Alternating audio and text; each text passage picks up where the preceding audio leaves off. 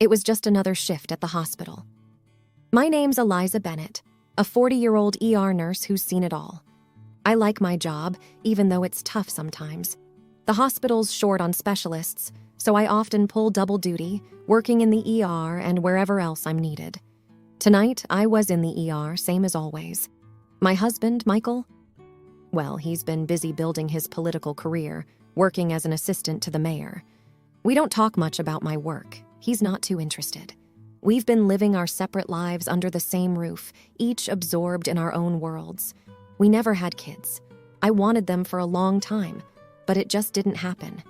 Eventually, Michael told me he was fine without children. He said he liked the quiet, so it's just been the two of us, living in a kind of silent agreement. The ER was buzzing with the usual chaos, nurses and doctors rushing around, the constant beeping of machines. I was checking on a patient when I heard the ambulance siren. It was a call from a residential area, something about a sick baby. I've always had a soft spot for kids, so I volunteered to go.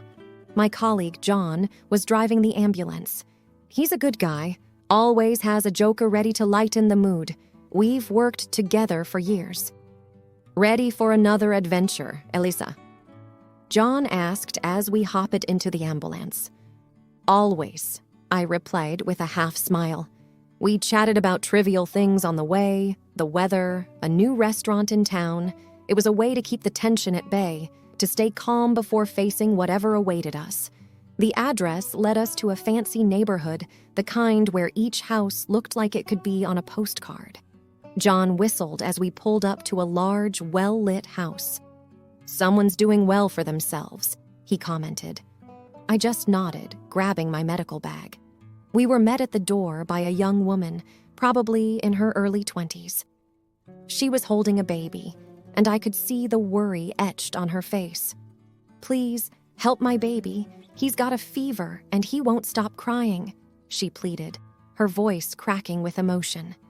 Let's take a look, I said, trying to sound reassuring. Her mother, an older woman with kind eyes, stood by her side. I could see where the young woman got her looks. They led us into a spacious living room where I began examining the baby. I didn't know it then, but that night was going to change everything. My ordinary life was about to get a whole lot more complicated. As I examined the baby, I could tell something was wrong. He was burning up with fever and seemed to be having spasms. I needed to act fast. John, we need to cool him down now, I said urgently. John nodded, quickly understanding the situation. Got it, Eliza. I'll get some ice packs and a cool cloth. While John fetched the supplies, I turned to the young woman. I'm Eliza. What's your baby's name? She was on the verge of tears. His name is Liam. He was fine this afternoon, and then suddenly, it's okay, I said gently. We're going to take care of Liam. John came back with the ice packs and a cloth. We worked together, trying to bring down Liam's fever. The young woman, who I learned was named Sophia, and her mother watched us, anxiety written all over their faces. Is he going to be okay? Sophia's mother asked. She was trying to stay strong, but I could hear the worry in her voice. We're doing everything we can, I assured her. After a few tense minutes, Liam's fever started to come down. He stopped convulsing and began to calm. Relief washed over Sophia's face. Thank you, she whispered. We should still get him to a hospital to be checked over, I suggested. Better safe than sorry. Sophia nodded. Of course, whatever he needs. As we prepared to move Liam, the front door opened. I didn't pay it much attention until I heard a familiar voice. What's going on here? Sophia, are you okay? I froze. That voice. I'd know it anywhere. It was Michael, my husband. I turned slowly, and there he was, standing in the doorway. Our eyes met, and for a moment, time seemed to stand still. Eliza, what are you doing here? Michael's voice was a mix of surprise and something else. Fear, maybe. I could ask you the same question, I said, my voice steady despite the storm of emotions inside me. Sophia looked from Michael to me and back again. You two know each other? Michael opened his mouth, then closed it. He looked like a deer caught in headlights. Eliza is my wife, he finally managed to say. I confirmed, yes, I am his wife. The room went silent. Sophia's eyes widened, and her mother let out a gasp. I could feel John's eyes on me, full of questions. Your wife? Sophia's voice was barely a whisper. She looked at Michael, hurt and confusion written all over her face. Michael didn't answer.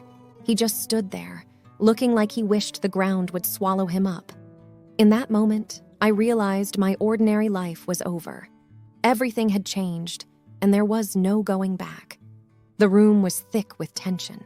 I couldn't believe Michael was here, in this house, with Sophia and her baby.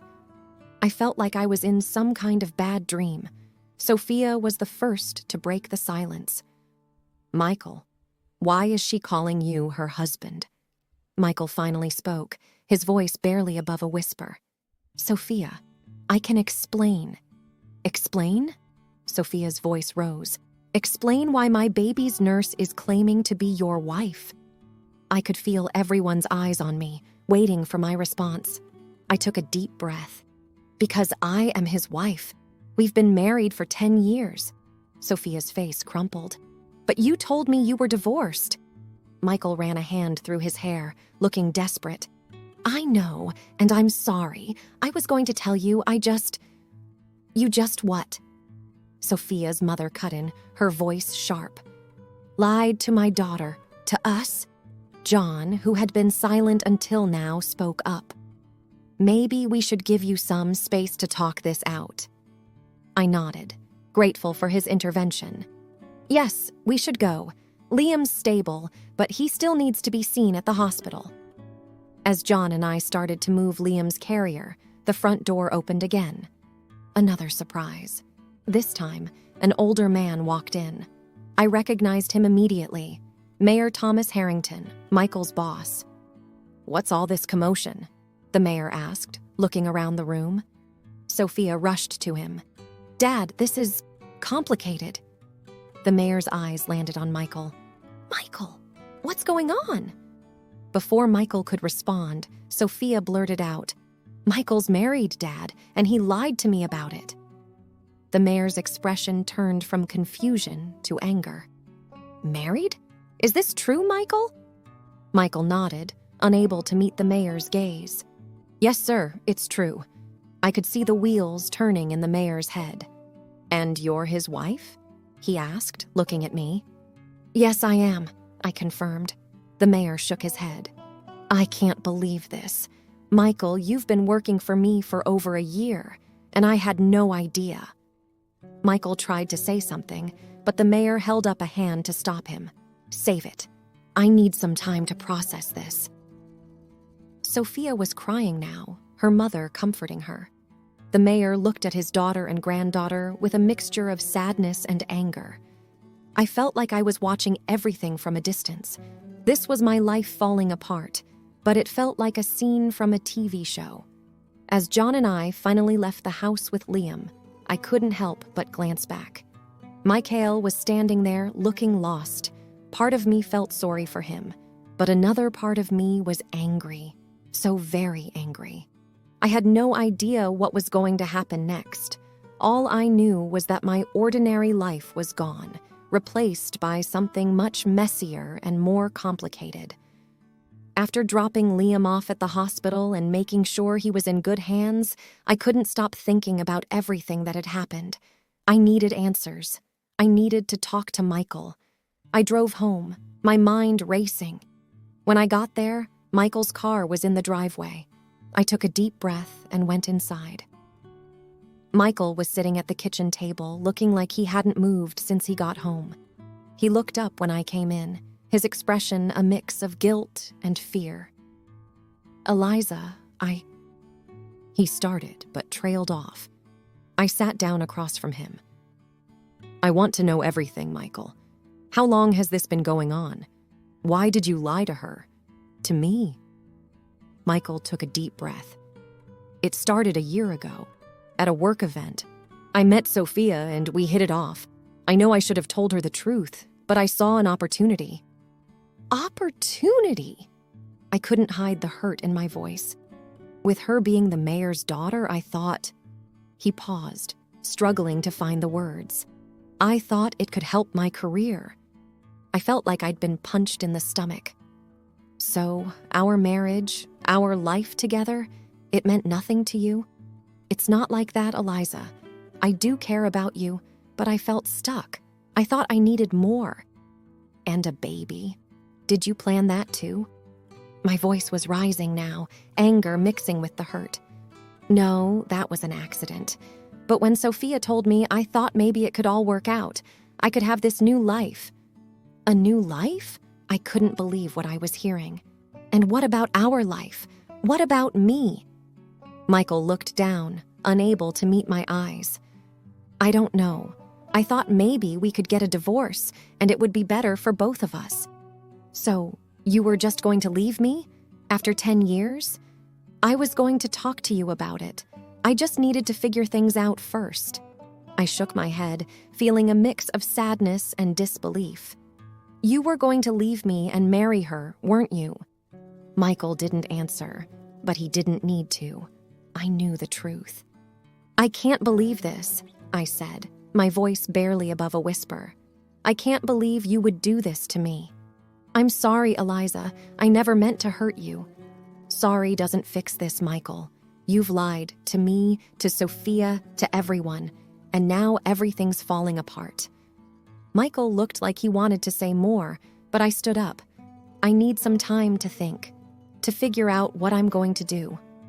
As I walked away, I could feel Michael's eyes on me, but I didn't look back.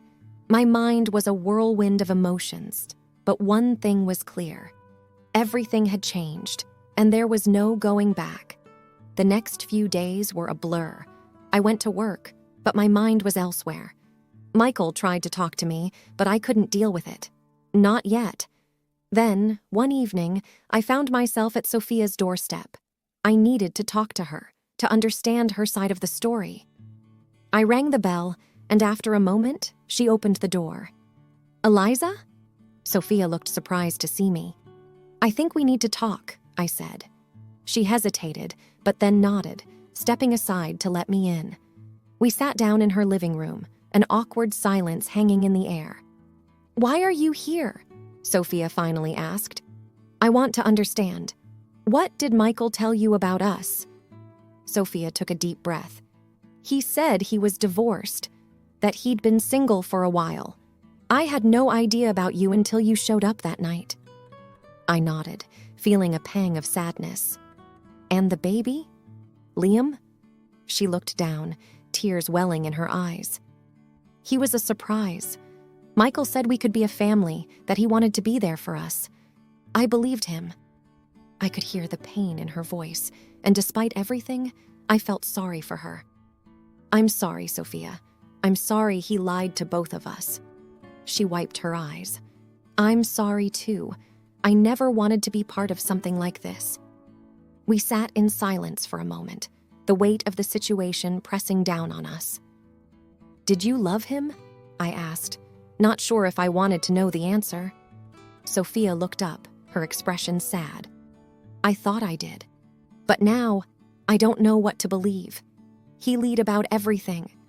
I nodded, understanding all too well. Yeah, I get that. We talked for a while longer, sharing our stories, our confusion, our pain. It was strange talking like this with the other woman, but it was also comforting in a way. When I left, I felt a little lighter, like I'd let go of some of the anger and hurt. It wasn't gone, not by a long shot, but it was a start. As I drove home, I thought about Michael, about our marriage, about everything that had happened. I didn't know what I was going to do, but I knew I couldn't stay in limbo forever. I needed to make a decision, for my sake and for my future. The weeks following the revelation of Michael's betrayal felt like a stormy sea, each day tossing me between waves of anger, disbelief, and an unexpected sense of liberation. As I braced myself for the legal battles ahead, the reality of the situation became crystal clear. It was me and Mayor Harrington versus Michael. The day of the trial dawned like any other, but with a weight that felt like a heavy cloud hanging over me. Walking into the courtroom, I was a mix of nerves and determination. Mayor Harrington gave me a nod of solidarity as we took our seats. The courtroom buzzed with the quiet chatter of spectators and the shuffling of papers. When Michael walked in, escorted by his lawyer, my heart raced. He avoided eye contact, but I could feel the tension between us. The trial began with the mayor's case. His lawyer presented evidence of Michael's deception, how he had lied about being divorced and manipulated Sophia, the mayor's daughter. Photographs, texts, and emails painted a clear picture of Michael's duplicity. Mayor Harrington himself took the stand, his disappointment and anger toward Michael evident in his testimony. Sophia also testified, her voice trembling as she recounted the lies Michael had fed her. Then, it was my turn. My lawyer laid out the case against Michael, highlighting his infidelity and deceit. I took the stand, my hands shaking slightly. The lawyer asked me to recount how I discovered Michael's affair and the events that followed. As a nurse, I am trained to stay calm in emergencies, I began, my voice steady. But nothing could have prepared me for the shock of finding my husband with another woman and a child he had kept hidden from me. The courtroom was silent, hanging on my every word. I spoke about our marriage, the struggles, and how Michael's ambition had slowly overshadowed our relationship. When it was Michael's turn, his defense seemed weak. His lawyer tried to downplay the situation, suggesting misunderstandings and miscommunications. But the evidence was overwhelming. Michael himself stumbled through his testimony, his excuses sounding hollow and insincere. As the trial proceeded, I felt a growing sense of empowerment. For years, I had lived in the shadow of Michael's ambitions, but here, in this courtroom, I was reclaiming my life. Finally, the judge delivered the verdict. Michael was found guilty of fraud and deceit in both cases. There was a murmur in the courtroom, a mix of satisfaction and disbelief. As we exited the courtroom, reporters swarmed around, but I declined to comment. This victory was not about public attention. It was personal, a step towards healing and moving on. Driving home, the weight of the past weeks began to lift. I knew there would be challenges ahead, but for the first time in a long while, I felt a sense of hope. The trial had not just been about legal justice, it was a journey to self-discovery and reclaiming the narrative of my own life. That evening, as I sat quietly at home, I realized the trial was more than a closure. It was the beginning of a new chapter. A chapter where I was not just a spectator in my life, but the author of my own story.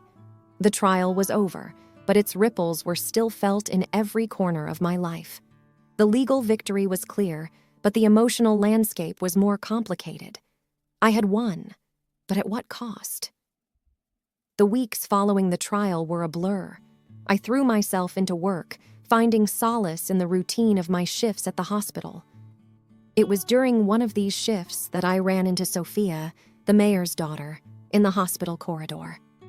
"Hey," she said quietly, her eyes reflecting a shared understanding of pain and betrayal. "Hi, Sophia," I replied.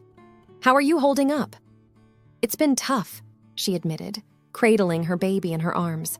"But I'm managing. And you?" "Day by day," I said, offering a small smile. "Taking it day by day." We exchanged a few more words before parting ways, a silent acknowledgement of the strange bond that now linked us. Back at home, the loneliness of the empty house sometimes felt overwhelming. I had grown used to Michael's absence, but the finality of the divorce brought a new kind of solitude. It was during these quiet moments that I would often find myself reflecting on the past, on the choices I had made, and the ones that had been made for me. One evening, as I was sorting through old papers, I came across an envelope addressed to me. It was from Michael. My first instinct was to throw it away, but curiosity got the better of me. As I read his letter, his words of apology and explanation felt empty. He talked about his mistakes, his regrets, and his desire to make things right. But it was too little, too late. I crumpled the letter and tossed it into the trash, feeling a surge of anger, and then, surprisingly, a sense of release. Michael was part of my past, but he would not define my future. A few days later, I received a call from Mayor Harrington. He wanted to meet for coffee, to thank me personally for my courage during the trial. Sitting across from him in the small cafe, I felt a sense of respect for the man who had stood by his daughter and supported me through the legal ordeal. "Thank you for meeting me, Eliza," he said, his voice sincere. "Your strength during the trial was admirable." "I did what I had to do," I replied, stirring my coffee, "for myself and for Sophia. I want you to know that the City Council is here to support you," he continued. "If there's anything you need, don't hesitate to reach out." I nodded, appreciative of his offer, but determined to stand on my own 2 feet. As I walked back home, I realized that the aftermath of the trial was not just about picking up the pieces, it was about building something new. My marriage to Michael had ended, but my life was still very much in progress. In the following weeks, I made a conscious decision to focus on myself. I reconnected with old friends, took up new hobbies, and even began considering furthering my education in nursing. The journey was not easy. There were days of doubt and moments of loneliness. But there was also a newfound sense of freedom and possibility. I was no longer tied to Mikhail's ambitions or his betrayals. I was my own person, with my own path to forge. As I look back on that tumultuous time, I realize that the aftermath was not just about recovering from a betrayal. It was about rediscovering who I was and what I wanted out of life. It was about learning to stand alone, not as a victim, but as a survivor, ready to face whatever the future might hold.